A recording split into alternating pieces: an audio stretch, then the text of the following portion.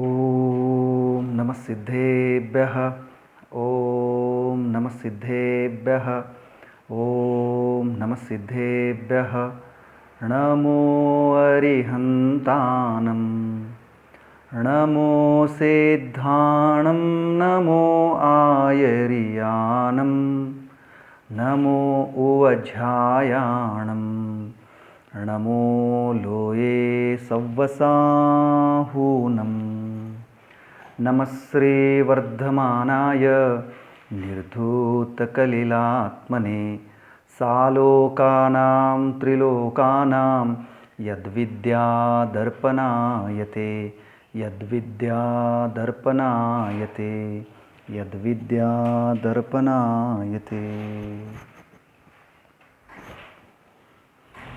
ಶ್ರೀಮದ್ ಸಮಂತಭದ್ರಾಚಾರ್ಯ ದೇವ ವಿರಚಿತ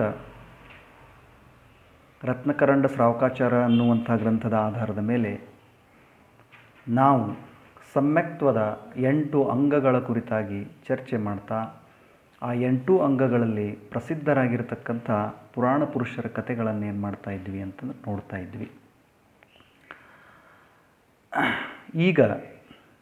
ಇವತ್ತು ನಾವು ಆ 8 ಅಂಗಗಳಲ್ಲಿಯ ಸ್ಥಿತೀಕರಣ ಅಂಗದ ವಿಷಯದ ಕುರಿತಾಗಿ ನಾವೇನು ಮಾಡೋದಿದೆ ಅಂತಂದ್ರೆ ಒಂದು ಕಥೆಯನ್ನು ನೋಡೋದಿದೆ. ಸ್ಥಿತೀಕರಣ ಅಂಗವನ್ನು ಸಮ್ಯಕ್ತ್ವದ 6ನೇ ಅಂಗದ ರೂಪದಲ್ಲಿ ನಾವೇನು ಮಾಡ್ತೀವಿ ಅಂತಂದ್ರೆ ನೋಡ್ತೀವಿ. ನಿಶಂಕಿತ, ನಿಕಾಂಕ್ಷಿತ, ನಿರ್ವಿಚಿಕಿತ್ಸ, ಅಮೂಢ ದೃಷ್ಟಿ, ಉಪಗೂಹಣ ಆದಮೇಲೆ ಇವತ್ತು 6ನೇಯ ಸ್ಥಿತೀಕರಣ ಅಂಗವನ್ನು ನಾವೇನು ನೋಡೋದಿದೆ. ಮೊದಲು ಸ್ಥಿತೀಕರಣ ಅಂಗ ಅಂದರೆ ಏನು ಅನ್ನುವಂಥದ್ದನ್ನು ನೋಡೋಣ. ಆಮೇಲೆ ಏನು ಮಾಡೋಣ ಅಂತಂದ್ರೆ ಅದರ ಕುರಿತಾಗಿರ್ತಕ್ಕಂಥ ಒಂದು ದೃಷ್ಟಾಂತವನ್ನು ನೋಡೋಣ. ಸ್ವಾಮಿ ಸಮಂತಭದ್ರಾಚಾರ್ಯ ದೇವರು ಈ ಸ್ಥಿತೀಕರಣ ಅಂಗವನ್ನು ಹೇಳುವಂಥ ಸಮಯದಲ್ಲಿ ರತ್ನಕರಂಡ ಶ್ರಾವಕಾಚಾರದ 16ನೇ ಶ್ಲೋಕದಲ್ಲಿ ಈ ರೀತಿ ಹೇಳ್ತಾರೆ. ದರ್ಶನಾಚರಣಾದ್ವಾಪಿ ಚಲತಾಂ ಧರ್ಮವತ್ಸಲೈ ಪ್ರತ್ಯವಸ್ಥಾಪನಂ ಪ್ರಾಜ್ಞೆ ಸ್ಥಿತೀಕರಣ ಮುಚ್ಯತೆ. ಸ್ಥಿತೀಕರಣ ಮುಚ್ಯತೆ ನೋಡಿ. ದರ್ಶನಾಚರಣಾದ್ವಾಪಿ ಚಲಿತಾಂ ಧರ್ಮವತ್ಸಲೈ ಪ್ರತ್ಯವಸ್ಥಾಪನಂ ಪ್ರಾಜ್ಞೆ ಸ್ಥಿತೀಕರಣಂ ಉಚ್ಯತೆ. ಅಂದರೆ ಯಾರು ಸಮ್ಯಕ್ ದರ್ಶನ ಅಥವಾ ಸಮ್ಯಕ್ ಚಾರಿತ್ರಗಳಿಂದ ಚ್ಯುತರಾದವರನ್ನು, ಧರ್ಮದ ಮೇಲೆ ಪ್ರೀತಿ ಇರ್ತಕ್ಕಂಥ ಜನ, ಅಂದರೆ ಯಾರು ಸಮ್ಯಕ್ ದರ್ಶನ ಮತ್ತು ಸಮ್ಯಕ್ ಚಾರಿತ್ರಗಳಿಂದ ಚ್ಯುತ ಆಗಿರ್ತಾರಲ್ಲ ಅವರನ್ನು, ಧರ್ಮದ ಮೇಲೆ ಪ್ರೀತಿ ಇರ್ತಕ್ಕಂಥ ಜನರು ತಿರುಗಿ ಮತ್ತೆ ಧರ್ಮದಲ್ಲಿ ಸ್ಥಿರಗೊಳಿಸೋದಕ್ಕೆ ಸ್ಥಿತೀಕರಣ ಅಂತ ತಿಳ್ಕೊಂಡು ಏನು ಮಾಡ್ತಾರೆ ಅಂತಂದ್ರೆ ಕರೀತಾರೆ.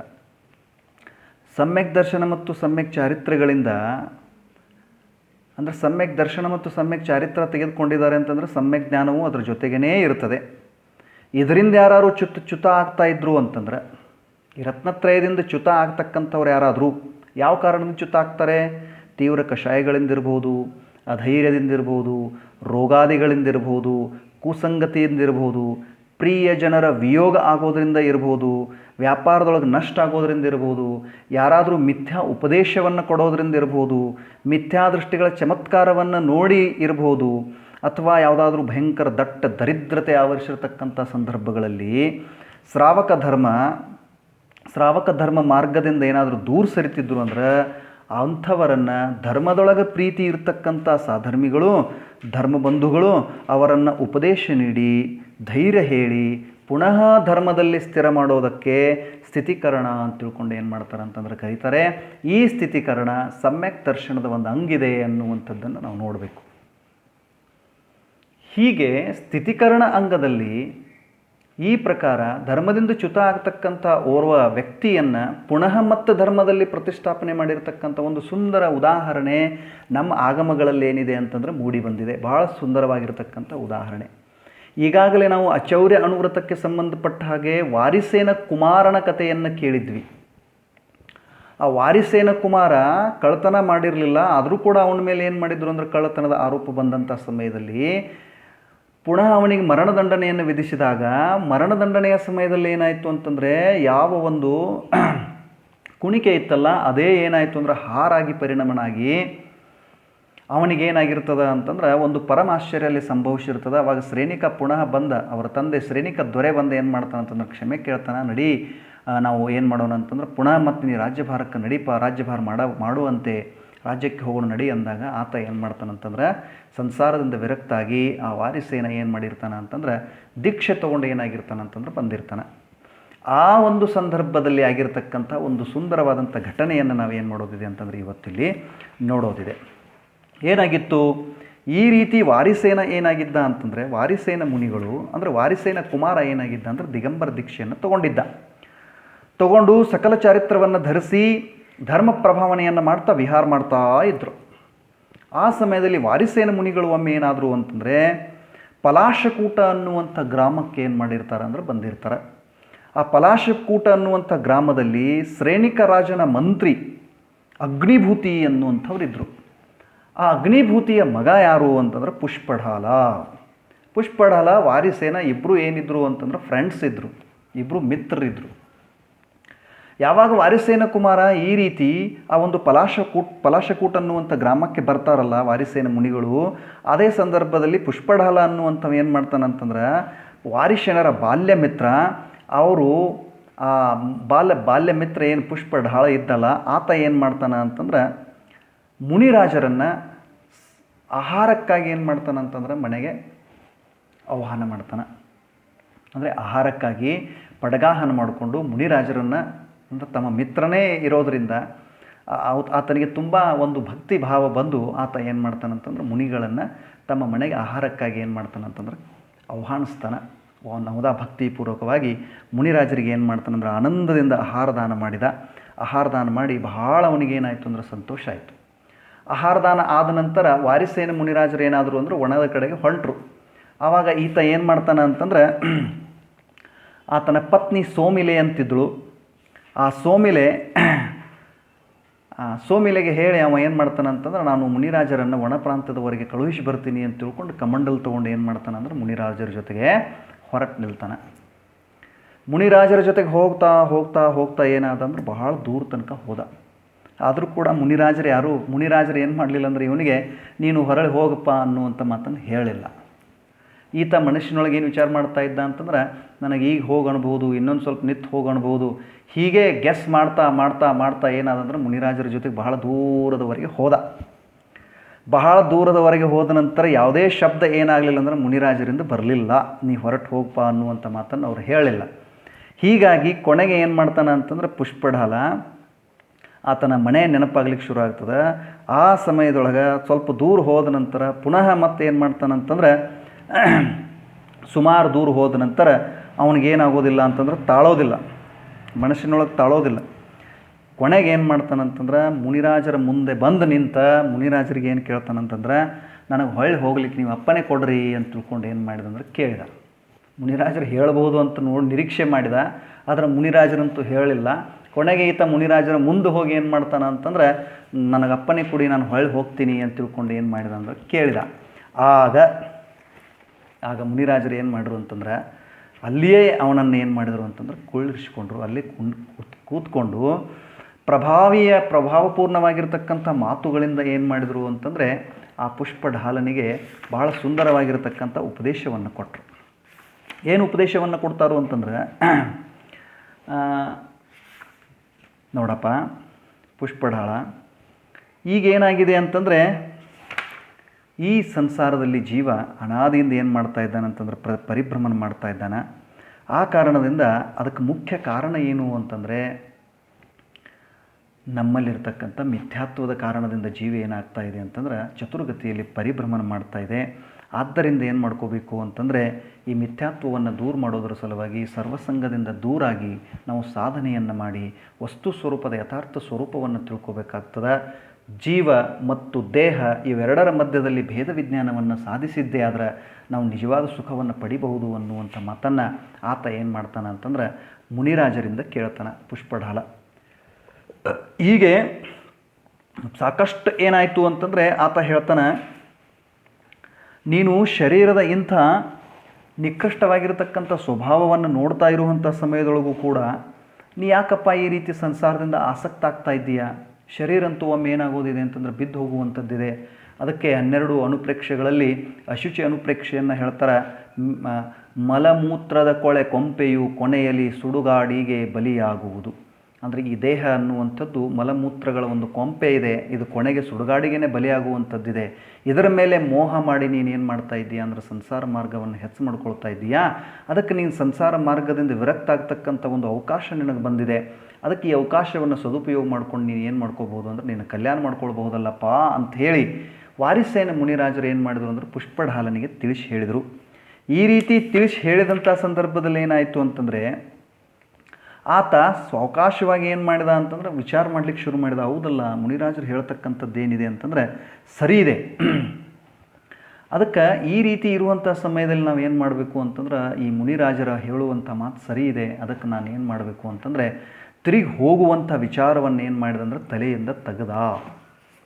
ಮನೆಗೆ ಏನು ಮಾಡಲಿಲ್ಲ ಅಂದರೆ ಹೋಗುವಂಥ ವಿಚಾರ ಮಾಡ್ತಾ ಇದ್ದಲ್ಲ, ಅವಾಗ ಈ ಮನೆಗೆ ಹೋಗ್ತಕ್ಕಂಥ ವಿಚಾರವನ್ನು ಏನು ಮಾಡಿದ ಅಂದರೆ ಬೆಟ್ಟ ಏನು ಮಾಡಿದ ಅಂತಂದ್ರೆ ಪುಷ್ಪಢಾಲ ಒಪ್ಪಿ ಮುನಿರಾಜರ ಜೊತೆಗೆ ಏನು ಮಾಡಿದ ಅಂತಂದ್ರೆ ಹೊಂಟ.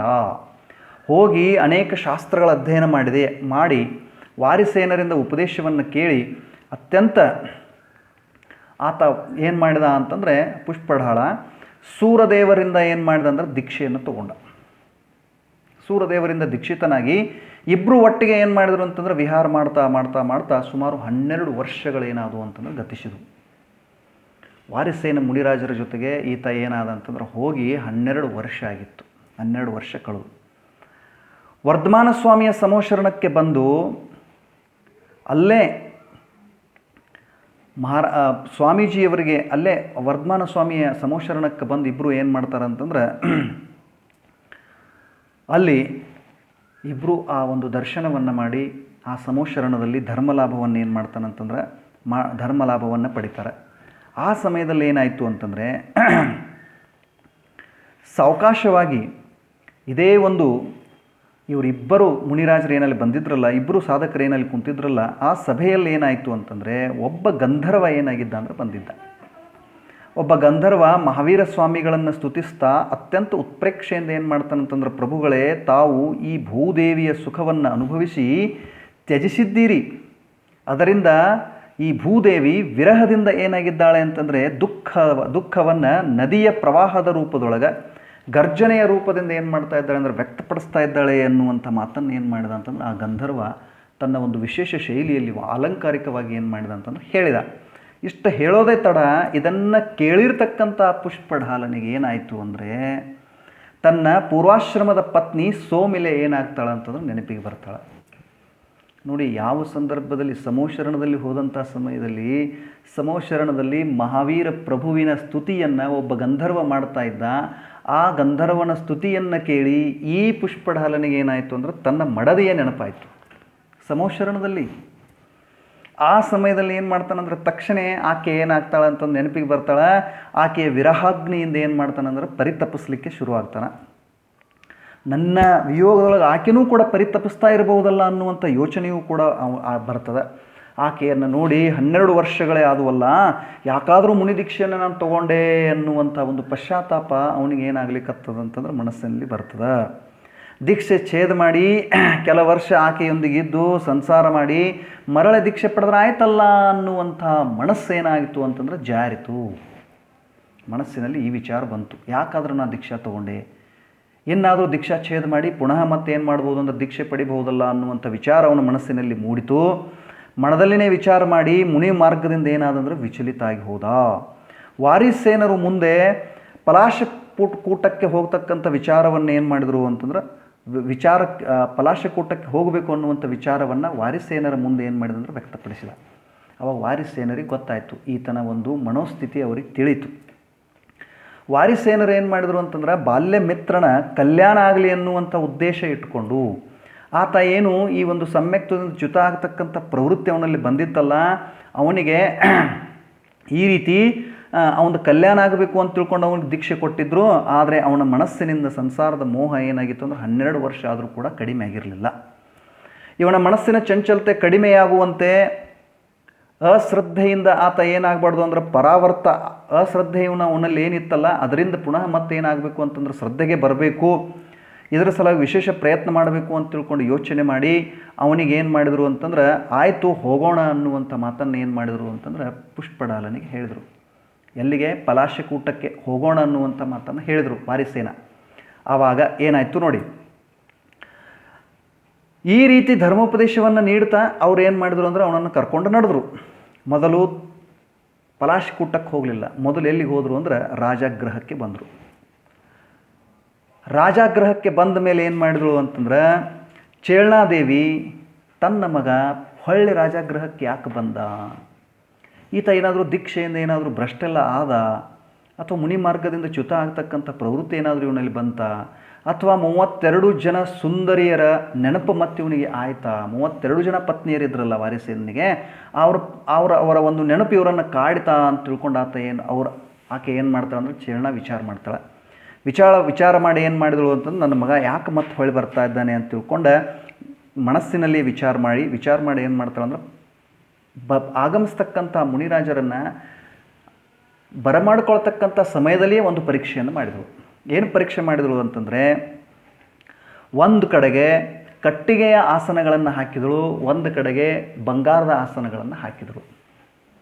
ಇಬ್ಬರನ್ನು ಬರಮಾಡಿಕೊಂಡು ಆಸನವನ್ನು ತೋರಿಸಿದಳು. ಆಸನವನ್ನು ತೋರಿಸಿದ ತಕ್ಷಣ ವಾರಿಸೇನ ಏನು ಮಾಡಿದರು ಅಂತಂದರೆ ಸುವರ್ಣ ಪಾತ್ರಗಳನ್ನು ಅಂದರೆ ಸುವರ್ಣ ಆಸನಗಳನ್ನು ಬಿಟ್ಟು ಕಟ್ಟಿಗೆ ಆಸನದ ಮೇಲೆ ಕೂತ್ಕೊಂಡ್ರು. ಆವಾಗ ಆಕೆಗೆ ನಿಶ್ಚಿತ ಆಯಿತು, ನನ್ನ ಮಗ ಏನಾಗಿಲ್ಲ ಅಂತಂದರೆ ವಿಚಲಿತ ಆಗಿಲ್ಲ ಅನ್ನುವಂಥ ಮಾತು. ತಕ್ಷಣ ಚೇಳನಾದೇವಿಯ ಒಂದು ಸಂಶಯ ಏನಾಯಿತು ಅಂದರೆ ನಿವಾರಣೆಯಾಗಿ ಹೋಯಿತು. ಆವಾಗ ಕೊನೆಯಲ್ಲಿ ಏನು ಮಾಡ್ತಾರೆ ಅಂತಂದರೆ ವಾರಿಸೇನರು ಮಧುರ ನುಡಿಗಳಿಂದ ತಮ್ಮ ತಾಯಿಗೆ ಏನು ಹೇಳ್ತಾರೆ ಅಂತಂದ್ರೆ ಧರ್ಮೋಪದೇಶವನ್ನು ನೀಡಿ ಕೊನೆಗೆ ತಮ್ಮ ಪೂರ್ವಾಶ್ರಮದ 32 ಜನ ಪತ್ನಿಯರನ್ನು ಅಲಂಕಾರ ಮಾಡಿಕೊಂಡು ಬರಲಿಕ್ಕೆ ಏನು ಮಾಡಿದರು ಅಂತಂದ್ರೆ ಹೇಳು ಅಂತ ತಿಳ್ಕೊಂಡು ಹೇಳಿದರು. ಆವಾಗ ಚೇಳನೆಗೆ ಆಶ್ಚರ್ಯವಾಯಿತು. ಆದರೂ ಕೂಡ ಮುನಿರಾಜರ ಒಂದು ಆದೇಶ ಇದೆ, ಎಲ್ಲರಿಗೂ ಕೂಡ ಆಕೆ ಏನು ಮಾಡಿದ್ರು ಈ ವಿಷಯವನ್ನು ಮುಟ್ಟಿಸಿದಳು. ಕೆಲವೇ ಸಮಯದಲ್ಲಿ 32 ಜನ ಸುಂದರ ರಾಣಿಯರು ಸಾಲಂಕೃತರಾಗಿ ಏನು ಮಾಡಿದರು ಅಂದರೆ ಬಂದು ಭಕ್ತಿಯಿಂದ ವಾರಿಸೇನ ಮುನಿರಾಜರ ದರ್ಶನವನ್ನು ಮಾಡಿದರು. ಅವರ ಮುಖದ ಮೇಲೆ ಅತ್ಯಂತ ಆನಂದ ಇತ್ತು. ವಾರಿಸೇನರೂ ಕೂಡ ಅವರನ್ನು ನೋಡಿದ ಮೇಲೆ ಯಾವುದೇ ಪ್ರಕಾರದ ಒಂದು ಮೋಹಕ್ಕೆ ಒಳಗಾಗಲಿಲ್ಲ, ಅತ್ಯಂತ ಆನಂದ ಇತ್ತು. ಆ ರಾಣಿಯರಿಗೂ ಕೂಡ ವಾರಿಸೇನರ ಮೇಲೆ ಏನು ಪ್ರೀತಿ ಇರಲಿಲ್ಲ, ಮೋಹದಿಂದ ದೂರ ಆಗಿದ್ದರು, ಅತ್ಯಂತ ಏನಾಗಿದ್ರಪ್ಪ ಅಂತಂದ್ರೆ ಪ್ರಸನ್ನತೆಯಿಂದ ಅವರಿದ್ದರು. ಹೀಗೆ ವಾರಿಸೇನರು ಆ ಸಮಯವನ್ನು ನೋಡಿ 32 ಜನ ರಾಣಿಯರು ಏನಾಗಿದ್ದರು ಅಂತ ಸುರಸುಂದರಾಂಗ ಇರತಕ್ಕಂಥ ರಾಣಿಯರು ಅಲ್ಲಿ ಉಪಸ್ಥಿತಿದ್ದರು. 32 ಜನ ರಾಣಿಯರಿದ್ದರು. ಅವರನ್ನೆಲ್ಲ ತ್ಯಾಗ ಮಾಡಿ ವಾರಿಸೇನರು ಬಂದಿದ್ದರು. ಪುಷ್ಪಢಾಳನಿಗೆ ಒಬ್ಬಳೇ ಏನಿದ್ದಳು ಅಂದ್ರೆ ಪತ್ನಿ ಇದ್ದಳು, ಆದರೂ ಕೂಡ ಇವೇನಾಗಿದ್ದ ಅಂತಂದ್ರೆ ಭಯಂಕರ ಆಕೆಯ ಮೇಲೆ ಆಸಕ್ತಾಗಿದ್ದ. ಅವಾಗ ವಾರಿಸೇನರು ಏನು ಮಾಡಿದರು ಅಂತಂದ್ರೆ ಒಂದು ಯೋಗ್ಯ ಸಮಯವನ್ನು, ಇದೇ ಒಂದು ಯೋಗ್ಯ ಸಮಯ ಇದೆ ಅಂತ ತಿಳ್ಕೊಂಡ ಮುನಿರಾಜರನ್ನು ಉದ್ದೇಶಿಸಿ ಪುಷ್ಪಢಾಳ ಮುನಿರಾಜರನ್ನು ಉದ್ದೇಶಿಸಿ ಹೇಳ್ತಾರೆ, ಮುನಿಗಳೇ, ತಾವು ಚಂಚಲಚಿತ್ತ ಆಗಿ ಮನೆಗೆ ಏನಾಗಿದ್ದೀರಿ ಅಂತಂದ್ರೆ ಸಿದ್ಧಾಗಿದ್ದೀರಿ. ನನ್ನ ಯುವರಾಜ ಪದವಿಯನ್ನು, ವಿಸ್ತಾರವಾದ ರಾಜ್ಯವನ್ನು, ಈ ಎಲ್ಲ ರಾಣಿಯರನ್ನು ನಾನು ಏನು ಮಾಡಿದ್ದೀನಿ ಅಂತಂದ್ರೆ ಆವಾಗ ಸ್ವೀಕರಿಸಿದ್ನಿ. ಆದರೆ ಈಗ ನಾನು ಅವರನ್ನೆಲ್ಲ ತ್ಯಾಗ ಮಾಡಿದ್ದೀನಿ. ಅದಕ್ಕೆ ನೀವೇನು ಮನೆಗೆ ಹೋಗಬೇಕು ಅನ್ನುವಂಥ ವಿಚಾರ ಮಾಡ್ತಾ ಇದ್ದೀರಲ್ಲ, ಅದನ್ನೆಲ್ಲ ಬಿಟ್ಟು ಬಿಡ್ರಿ. ನನ್ನ ಯುವರಾಜ ಪದವಿಯನ್ನೂ ತಗೊಳ್ರಿ, ಆಮೇಲೆ ವಿಸ್ತಾರವಾದಂಥ ರಾಜ್ಯವನ್ನೂ ತಗೊಳ್ರಿ. ಈ ಎಲ್ಲ ರಾಣಿಯರನ್ನೂ ಕೂಡ ನೀವೇನು ಮಾಡಿರಿ ಅಂತಂದ್ರೆ ಸ್ವೀಕರಿಸ್ರಿ. ಆಗ ಸಂಸಾರದಲ್ಲಿ ಎಷ್ಟು ಸುಖ ಇದೆ ಅನ್ನೋದು ನಿಮಗೇನಾಗ್ತದೆ ಅಂತಂದ್ರೆ ತಿಳಿದು ಬರ್ತದೆ ಅನ್ನುವಂಥ ಮಾತನ್ನು ವಾರಿಸೇನ ಮುನಿರಾಜರು ಪುಷ್ಪಢಾಲನಿಗೆ ಏನು ಮಾಡಿದ್ರು ಅಂದರೆ ಹೇಳಿದರು. ಪುಷ್ಪಢಾಲ ಮುನಿಗಳು ನನ್ನ ಬಾಲ್ಯ ಮಿತ್ರ ಇಷ್ಟೆಲ್ಲ ವೈಭವವನ್ನು ತ್ಯಜಿಸಿ ಏನು ಮಾಡಿದ್ದಾರೆ ಅಂತಂದ್ರೆ ದೀಕ್ಷೆಯನ್ನು ಸ್ವೀಕರಿಸಿದ್ದಾರೆ. ನನ್ನ ಸಂಪತ್ತು ಎಂಥದ್ದು ಸಂಪತ್ತು, ಇಂಥ ಅಗಾಧ ರಾಜ್ಯದ ಮುಂದೆ ನಂದೇನಾದರೂ ಸಂಪತ್ತಿದೆಯಾ? ಇಷ್ಟು ಇಲ್ಲ. ಎಷ್ಟೋ ನಾನು ಏನಿದ್ದೀನಿ ಅಂತಂದ್ರೆ ಅತ್ಯಂತ ಸಂಪತ್ತುಹೀನನಾಗಿದ್ದೀನಿ. ಆದರೂ ಕೂಡ ನಾನೇನಾಗಿದ್ದೀನಿ ಅಂದರೆ ಸಂಸಾರದೊಳಗೆ ಎಷ್ಟು ಆಸಕ್ತಾಗಿದ್ದೀನಿಲ್ಲ. ಮತ್ತು ನನಗೆ ಒಬ್ಬಳೇ ಏನಿದ್ದಾಳೆ ಅಂತಂದ್ರೆ ಪತ್ನಿ ಇದ್ದಾಳೆ. ಇವರಿಗಿಂಥ ಒಂದು 32 ಜನ ಸುಂದರ ಪತ್ನಿಯರಿರುವಂಥ ಸಮಯದಲ್ಲಿಯೂ ಕೂಡ ಇವರು ಏನು ಮಾಡ್ಯಾರ ಅಂತಂದ್ರೆ ಸಂಸಾರ ಮಾರ್ಗದಿಂದ ವಿಮುಕ್ತಾಗಿದ್ದಾರೆ ಅಂತಂದ ಮೇಲೆ ನಾನು ಪುನಃ ಈ ಸಂಸಾರ ಮಾರ್ಗಕ್ಕೆ ಆಸಕ್ತ ಆಗೋದೇನಿದೆ ಅಂತಂದ್ರೆ ದೊಡ್ಡ ನಂದು ಅಪರಾಧ ಆಗ್ತದಲ್ಲ ಅಂಥೇಳಿ ವಿಚಾರ ಮಾಡಿ ನಾ ಸಂಸಾರ ಮಾರ್ಗಿ ಆಗ್ತಾ ಇರೋದು ಘೋರ ಕ್ಷಮ್ಯ ಅಪರಾಧ ಇದೆ ಅನ್ನುವಂಥದ್ದನ್ನು ಏನು ಮಾಡಿದರು ಅಂತಂದ್ರೆ ಮನಸ್ಸಿನೊಳಗೆ ವಿಚಾರ ಮಾಡಿ ಪುಷ್ಪಢಾಲ ಮುನಿರಾಜರು ಏನು ಮಾಡಿದರು ಅಂದ್ರೆ ವಾರಿಸೇನರಲ್ಲಿ ಕ್ಷಮೆ ಕೇಳಿದರು. ನನ್ನನ್ನು ಕ್ಷಮಿಸ್ಬಿಡ್ರಿ ಅಂತ ಹೇಳಿದರು. ಆವಾಗ ತನ್ನ ತಪ್ಪಿಗೆ ಪ್ರಾಯಶ್ಚಿತ್ತವನ್ನೂ ಕೂಡ ಅವರು ಏನು ಮಾಡಿಕೊಂಡ್ರು ಅಂತಂದರೆ ಯಾಚಿಸಿದರು. ವಾರಿಸೇನರು ಹೇಳ್ತಾರೆ, ಮುನಿಗಳೇ ಧೈರ್ಯದಿಂದಿರ್ರಿ. ಮೋಹಿನಿ ಕರ್ಮದ ಉದಯದಿಂದ ನಮ್ಮಲ್ಲಿ ಏನಾಗಿರ್ತದೆ ಅಂತಂದ್ರೆ ಒಮ್ಮೆಮ್ಮೆ ವೈರಾಗ್ಯ ಏನಾಗ್ತದಪ್ಪ ಅಂತಂದ್ರೆ ಅಲಗಾಡ್ತದೆ, ವೈರಾಗ್ಯ ಚಂಚಲ ಆಗ್ತದೆ. ಅದಕ್ಕೆ ಅದನ್ನು ಏನು ಮಾಡ್ಕೋಬೇಕು ಅಂದ್ರೆ ವೈರಾಗ್ಯವನ್ನು ಮತ್ತೆ ಸರಿಪಡಿಸ್ಕೊಂಡು ನಾವು ಏನು ಮಾಡ್ಕೋಬೇಕು ಅಂತಂದ್ರೆ ಆ ವೈರಾಗ್ಯದೊಳಗೆ ಸ್ಥಿರ ಆಗಬೇಕು. ಈಗ ನೈಜ ವೈರಾಗ್ಯ ತಮ್ಮಲ್ಲಿ ಏನಾಗಿದೆ ಅಂತಂದ್ರೆ ಮೂಡಿ ಬಂದಿದೆ. ಈಗ ನಿಮಗೆ ನಿಜವಾದ ವೈರಾಗ್ಯ ಆಯಿತು. 12 ವರ್ಷಗಳಿಂದ ಇನ್ನೂ ಮನಸ್ಸಿನೊಳಗೆ ಒಂದಿಷ್ಟು ಕಲ್ಮಶ ಇತ್ತು. ಆ ಕಲ್ಮಶ ಇವತ್ತು ನೀವೇನು ಮಾಡಿದ್ದೀರಿ ಅಂದ್ರೆ ತೆಗೆದು ಹಾಕಿದ್ದೀರಿ. ಪುನಃ ನೀವು ಆತ್ಮನ ಆನಂದದೊಳಗೆ ಸ್ವರೂಪದಲ್ಲಿ ಸ್ಥಿರ ಆಗಲಿಕ್ಕೆ ತಾವೇನಾಗಿದ್ದೀರಿ ಅಂತಂದ್ರೆ ಸಜ್ಜಾಗಿದ್ದೀರಿ. ಇದು ಭಾಳ ಕಲ್ಯಾಣಕಾರಕವಾಗಿರ್ತಕ್ಕಂಥ ಮಾರ್ಗ ಇದೆ. ಅದಕ್ಕೆ ಈ 12 ವರ್ಷಗಳದ್ದೆಲ್ಲ ಏನಾಗಿತ್ತು ಅಂದ್ರೆ ವ್ಯರ್ಥ ಆಗಿತ್ತು. ಈಗ ನೀವೇನು ಮಾಡಿದ್ರಿ ಅಂತಂದ್ರೆ ಮೋಕ್ಷ ಮಾರ್ಗದೊಳಗೆ ಬಂದಿದ್ದೀರಿ. ಇನ್ನಿದೇ ಮೋಕ್ಷ ಮಾರ್ಗದೊಳಗೆ ಮುಂದುವರಿರಿ ಎನ್ನುವಂಥ ಮಾತನ್ನು ಆಗ ವಾರಿಸೇನರು ಏನು ಮಾಡಿದರು ಅಂತಂದರೆ ಅತ್ಯಂತ ವ್ಯವಸ್ಥಿತವಾಗಿ ಏನು ಮಾಡಿದರು ಅಂತಂದರೆ ತಿಳಿಸಿ ಹೇಳಿದರು. ಆವಾಗ ಎರಡೂ ಜನ ಅಲ್ಲಿಂದ ಮತ್ತೆ ರಾಜಾಗೃಹದಿಂದನೇ ಏನಾಗ್ತಾರಂದ್ರೆ ವಾರಿಸೇನ ಮುನಿಗಳು, ಪುಷ್ಪಧಾಡ ಮುನಿಗಳು ಇರುವರೂ ಕೂಡ ರಾಜಾಗೃಹದಿಂದ ಹೊರಟು ಪರ್ವತ ಶಿಖರಗಳ ಮೇಲೆ ಹೋಗಿ ತಮ್ಮ ತಮ್ಮ ಚೈತನ್ಯ ಗುಹೆಯೊಳಗೆ ಏನಾಗ್ತಾರಂತಂದ್ರೆ ವಿರಾಜಮಾನರಾಗಿ ಉಗ್ರವಾಗಿರ್ತಕ್ಕಂಥ ತಪಶ್ಚರಣವನ್ನು ಮಾಡ್ತಾರೆ. ವಾರಿಸೇನ ಮುನಿಗಳಿಗೆ ಪುಷ್ಪಢಾಳ ಮುನಿರಾಜರ ಸಲುವಾಗಿ ಏನು ಮಾಡಿದರು ಅಂತಂದರೆ ಯಾವುದೇ ಪ್ರಕಾರದಿಂದ ಚಿಂತೆ ಇರಲಿಲ್ಲ. ಈಗ ಯಾಕಂದರೆ ಪುನಃ ಅವ್ರು ಏನಾಗಿದ್ದರು ಅಂದರೆ ಸ್ಥಿರಗೊಂಡಿದ್ದರು. ತಮ್ಮ ಒಂದು ಚಿತ್ತದೊಳಗೆ ಅವ್ರು ಏನಾಗಿದ್ದರು ಅಂದರೆ ಏಕಾಗ್ರರಾಗಿದ್ದರು. ಹೀಗಾಗಿ ಯಾವ ಚಿಂತೆಯೂ ಕೂಡ ಇರಲಿಲ್ಲ. ಅವರೀರುವರು ಕೂಡ ನಿಶ್ಚಲರಾಗಿ ನಿರ್ಮಲ ಮನಸ್ಸಿನಿಂದ ತಮ್ಮ ತಮ್ಮ ಭಗವಾನ್ ಆತ್ಮನಲ್ಲಿ ಏನಾದರೂ ಅಂತಂದರೆ ಏಕತೆಯನ್ನು ಸಾಧಿಸ್ತಾ ಸಮಾಧಿ ಮರಣಪೂರ್ವಕ ದೇಹವನ್ನು ತ್ಯಾಗ ಮಾಡಿ ಸ್ವರ್ಗದೊಳಗೆ ಮಹರ್ದಿಕ ದೇವರಾಗಿ ಏನು ಮಾಡ್ತಾರೆ ಅಂದರೆ ಜನ್ಮ ತಾಳಿದರು. ಭವಿಷ್ಯತ್ ಕಾಲದೊಳಗೆ ಅಲ್ಪ ಕಾಲದೊಳಗೆ ಸಾಧನೆಯ ಸಿದ್ಧಿಯನ್ನು ಸಾಧಿಸಿ ಪರಮಾತ್ಮ ಪದವಿಗೆ ಅವರೀರುವರು ಕೂಡ ಏನಾಗವರಿದ್ದಾರೆ ಅಂತಂದರೆ ಪ್ರಾಪ್ತ ಆಗ್ತಕ್ಕಂಥವರಿದ್ದಾರೆ, ಧನ್ಯರಿದ್ದಾರೆ ಆ ಆತ್ಮಸಾಧಕ ಭವ್ಯಾತ್ಮರುಗಳು. ಅಂಥ ಪರಮಾತ್ಮ ಪದವಿಯ ಅಪೇಕ್ಷೆಯಿಂದ ಏನು ಮಾಡಿಕೊಂಡ್ರು ಅಂದರೆ ಇಂಥ ಆತ್ಮಸಾಧಕರಾದಂಥ ಸಾಧುಗಳು ಮಹಾತ್ಮರುಗಳಿಗೆ ನಾವೇನು ಮಾಡಬೇಕು ಅಂದರೆ ಯಾವಾಗಲೂ ನಮ್ಮ ನಮನಗಳನ್ನು ಸಲ್ಲಿಸ್ತಾ ಅದನ್ನು ಏನು ಮಾಡ್ಕೋಬೇಕು ಅಂದರೆ ಅವರ ಮಾರ್ಗವನ್ನು ನಾವು ಸ್ವೀಕರಿಸಬೇಕು ಅನ್ನುವಂಥ ಮಾತನ್ನು ನಾವು ಏನು ಮಾಡ್ಕೋಬೇಕು ಅಂದರೆ ತಿಳ್ಕೊಳ್ಬೇಕು. ಈ ರೀತಿ ಪುಷ್ಪಢಾಳ ಮುನಿ ಏನಾಗಿದ್ದರು ಅಂತಂದರೆ ತಮ್ಮ ಧರ್ಮದಿಂದ ಚ್ಯುತ ಆಗತಕ್ಕಂಥ ಒಂದು ಪರಿಸ್ಥಿತಿಗೆ ಬಂದಂಥ ಸಮಯದಲ್ಲಿ ವಾರಿಸೇನ ಮುನಿರಾಜರು ಏನು ಮಾಡಿದ್ರು ಅಂದರೆ ಅವರನ್ನು ಸುಧಾರಣೆ ಮಾಡಲಿಕ್ಕೆ ತಮ್ಮ ಪೂರ್ವಾಶ್ರಮದ ಒಂದು ವ್ಯವಸ್ಥೆಯನ್ನು ತೋರಿಸಿ 32 ಜನ ಅತ್ಯಂತ ಸುಂದರ ರೂಪವತಿ ಇರತಕ್ಕಂಥ ರಾಣಿಯರನ್ನು ನಾನು ಏನು ಮಾಡಿದ್ದೀನಿ ಅಂತಂದ್ರೆ ತ್ಯಾಗ ಮಾಡಿ ಬಂದಿದ್ದೀನಿ. ನೀವು ಕೇವಲ ಒಂದು ಪತ್ನಿಯನ್ನು ತ್ಯಾಗ ಮಾಡಿ ಪುನಃ ಈ ರೀತಿ ನೀವು ಮೋಹಕ್ಕೊಳಗಾಗ್ತಾ ಇದ್ದೀರಿ, ಇದು ಸರಿಯಲ್ಲ ಅನ್ನುವಂಥ ನಿದರ್ಶನವನ್ನು ತಮ್ಮ ಉದಾಹರಣೆಯ ಮೂಲಕವೇ ಆ ಪುಷ್ಪಢಾಲನಿಗೆ ತಿಳಿಸಿದಾಗ ಆತ ಏನಾಗ್ತಂದ್ರೆ ಓಹೋ ಸರಿ ಇದೆಯಲ್ಲ, ಇದು ನಂದು ಅಪರಾಧ ಆಗ್ತದೆ ಅಂತ ತಿಳ್ಕೊಂಡು ಪುನಃ ಅವ್ರು ಏನು ಮಾಡಿದರು ಅಂದರೆ ಯಾವ ಸಮ್ಯಕ್ ದರ್ಶನದಿಂದ ಚ್ಯುತ ಆಗ್ತಕ್ಕಂಥ ಪರಿಸ್ಥಿತಿ ಇರ್ತಲ್ಲ ಅಲ್ಲಿಂದ ಹೊರಳಿ ಪುನಃ ತಮ್ಮ ಸ್ವರೂಪದೊಳಗೆ ತಮ್ಮ ಸಮ್ಯಕ್ ದರ್ಶನದಲ್ಲಿ ಏನಾಗ್ತಾರೆ ಅಂದರೆ ಸ್ಥಿರ ಆಗ್ತಾರೆ. ಈ ರೀತಿ ಪುನಃ ಅವರು ಸ್ಥಿತೀಕರಣಗೊಂಡು ಪುನಃ ತಮ್ಮ ಸಾಧನೆಯನ್ನು ಮಾಡಿ ತಮ್ಮ ಹಿತದ ಮಾರ್ಗವನ್ನು ಏನು ಮಾಡ್ತಾರಂದ್ರೆ ಅನುಭವಿಸ್ತಾರೆ. ಇದೇ ರೀತಿ ನಾವು ಕೂಡ ಧರ್ಮದಿಂದ ಚ್ಯುತ ಆಗ್ತಕ್ಕಂಥ ಯಾರಾದರೂ ಧರ್ಮಾತ್ಮರಿದ್ದರು ಅಂತಂದ್ರೆ ಅವರನ್ನು ಒಳ್ಳೆಯ ಉಪದೇಶವನ್ನು ನೀಡಿ ಏನು ಮಾಡಬೇಕು ಅಂದರೆ ಪುನಃ ಧರ್ಮದಲ್ಲಿ ಪ್ರತಿಷ್ಠಾಪನೆ ಮಾಡಬೇಕು. ಕರ್ಮದ ಉದಯದ ಮುಂದೆ ಯಾರ ಆಟನೂ ಕೂಡ ನಡೆಯೋದಿಲ್ಲ. ಹೀಗಾಗಿ ತೀವ್ರವಾಗಿರತಕ್ಕಂಥ ಕರ್ಮದ ಉದಯದಿಂದ ಭಯದಿಂದ ಲೋಭದಿಂದ ಅನೇಕ ಜನ ಏನಾಗ್ತಿರ್ತಾರೆ ಅಂದರೆ ಧರ್ಮ ಮಾರ್ಗದಿಂದ ವಿಮುಖ ಆಗ್ತಿರ್ತಾರಲ್ಲ ಅಂಥವರನ್ನೆಲ್ಲ ಅವರಿಗೆ ಸರಿದಾರಿಯನ್ನು ತೋರಿಸಿ ಧರ್ಮೋಪದೇಶವನ್ನು ಮಾಡಿ ಏನು ಮಾಡಬೇಕು ಅಂದರೆ ಧರ್ಮದಲ್ಲಿ ಸ್ಥಿರ ಮಾಡತಕ್ಕಂಥದ್ದು ಎಲ್ಲರ ಕರ್ತವ್ಯ ಇದೆ. ಇದು ಸಮ್ಯಕ್ತ್ವದ ಒಂದು ಅಂಗವೂ ಕೂಡ ಇದೆ. ವ್ಯವಹಾರದಿಂದ ಈ ಪ್ರಕಾರ ನಾವೇನು ಮಾಡ್ಕೋಬೇಕು ಅಂತಂದರೆ ಸಾಧರ್ಮಿಗಳನ್ನು ಅಥವಾ ಧರ್ಮದಲ್ಲಿ ಇರತಕ್ಕಂಥ ವ್ಯಕ್ತಿಗಳನ್ನು ಧರ್ಮದಿಂದ ಚ್ಯುತ ಆಗ್ತಕ್ಕಂಥವ್ರನ್ನ ಧರ್ಮದಲ್ಲಿ ಸ್ಥಿರ ಮಾಡಬೇಕು. ನಿಶ್ಚಯದಿಂದ ನಮ್ಮ ಉಪಯೋಗ ಪರವಸ್ತುವಿನ ಕಡೆಗೆ ಹೋಗ್ತಕ್ಕಂಥದ್ದೇನಿದೆ ಅದನ್ನು ಪುನಃ ನಮ್ಮ ಉಪಯೋಗದಲ್ಲಿ ಸ್ಥಿರ ಮಾಡಿಕೊಂಡು ಅಲ್ಲಿನೇ ಏನು ಮಾಡ್ಕೋಬೇಕು ಅಂತಂದರೆ ಅದನ್ನು ತಮ್ಮ ಸ್ವರೂಪದೊಳಗನ ಅದನ್ನು ಸ್ಥಿತ ಮಾಡಬೇಕು. ಇದೇ ನಿಜವಾಗಿ ಏನಿದೆ ಅಂದರೆ ನಿಶ್ಚಯದಿಂದ ಸ್ಥಿತೀಕರಣ ಅಂಗ ಇದೆ. ಇಂಥ ಒಂದು ಅಂಗ ನಮ್ಮೆಲ್ಲರಿಗೂ ಕೂಡ ಬರಲಿ. ಇನ್ನು ಕೆಲವೇ ದಿನಗಳಲ್ಲಿ ಏನಾಗ್ತಾ ಇದೆ ಅಂದರೆ ಲಾಕ್ಡೌನ್ ಮುಗಿಯೋದಿದೆ. ಅಲ್ಲಿಯವರೆಗೆ ಎಲ್ಲರೂ ಮನೆಯೊಳಗೆ ಇದ್ದುಕೊಂಡ ಈ ಬಂದಂಥ ಗಂಡಾಂತರವನ್ನು ಏನು ಮಾಡ್ಕೊಳ್ಳೋದಿದೆ ಅಂತಂದ್ರೆ ಯಶಸ್ವಿಯಾಗಿ ನಾವು ನಿರ್ವಹಿಸ್ಕೊಳ್ಳೋದಿದೆ. ನಮ್ಮ ಸ್ವರೂಪದಲ್ಲಿರೋದೇ ನಿಜವಾದಂಥ ಸ್ಥಿತೀಕರಣ ಇದೆ ಅನ್ನುವಂಥ ಮಾತನ್ನು ಹೇಳ್ತಾ ಇವತ್ತಿನ ಈ ಒಂದು ಕಥೆಗೆ ವಿರಾಮವನ್ನು ನೀಡೋಣ. ಮತ್ತೆ ನಾಳೆ ಮುಂದಿನ ಕಥೆಯೊಂದಿಗೆ ನಾವು ಭೇಟಿಯಾಗೋಣ. ಅಲ್ಲಿಯವರೆಗೆ ಎಲ್ಲರಿಗೂ ಜೈ ಜಿನೇಂದ್ರಗಳು.